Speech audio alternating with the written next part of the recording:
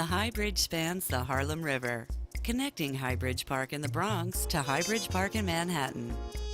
Engineered on principles of ancient Roman technology as part of the old Croton aqueduct system, the bridge supports a tunnel that brought clean water from upstate to the growing city.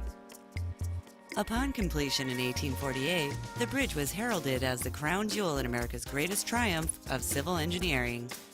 Its pedestrian walkway became a popular destination for tourists and flaneurs. It was a very popular place for people to come. They would come to see the tower, the bridge. They would walk down the stairs, promenade across the bridge. It was a popular gathering place for people not only in the neighborhood but from downtown, from all over the city.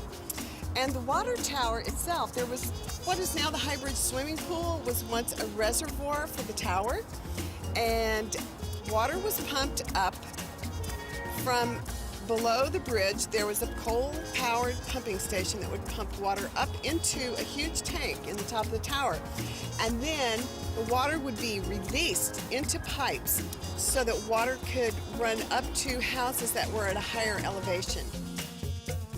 The High Bridge ceased carrying water in 1926, but its utility as a promenade outlasted its function as an aqueduct.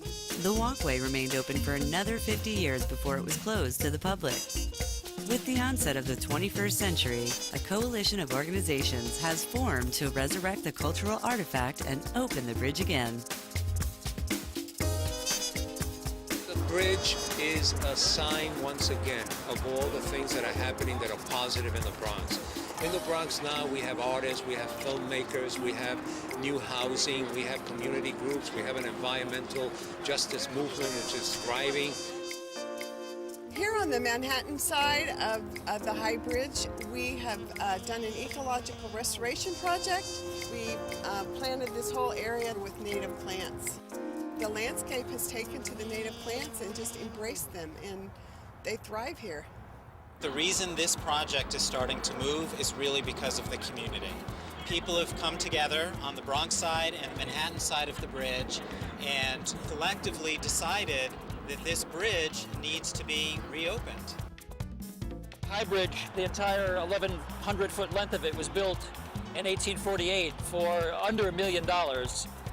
I can imagine that the restoration funds would be 10, 20, 30, 40 times that these days.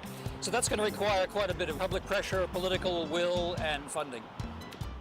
We're going to need to fix the walkway. We're going to need to work on some of the structural elements of the bridge. So it's going to take a little while to get the money together and do the work that's needed.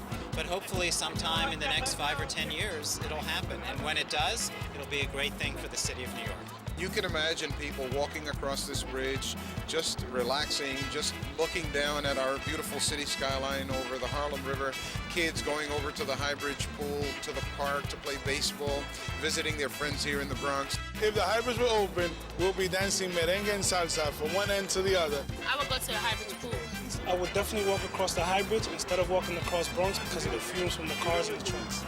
I'll ride my bike on the Highbridge. Well, I would walk it, take the bus here, and go home to the Bronx. It's very beautiful. I would celebrate my birthday here. It would be an opportunity to have young people from the Highbridge section of the community and the Washington section of the community that come together and hopefully unify. Opening the Highbridge would be a terrific accomplishment and a great use of a resource that's been on a mothball for quite a while. I think it's going to be good for commerce. I think it's going to be good for community relations. And, you know, all the effort that went into rebuilding neighborhoods, this is now the next level of quality of life that we needed. And it's a real good indicator of the positive direction that the city's moving in.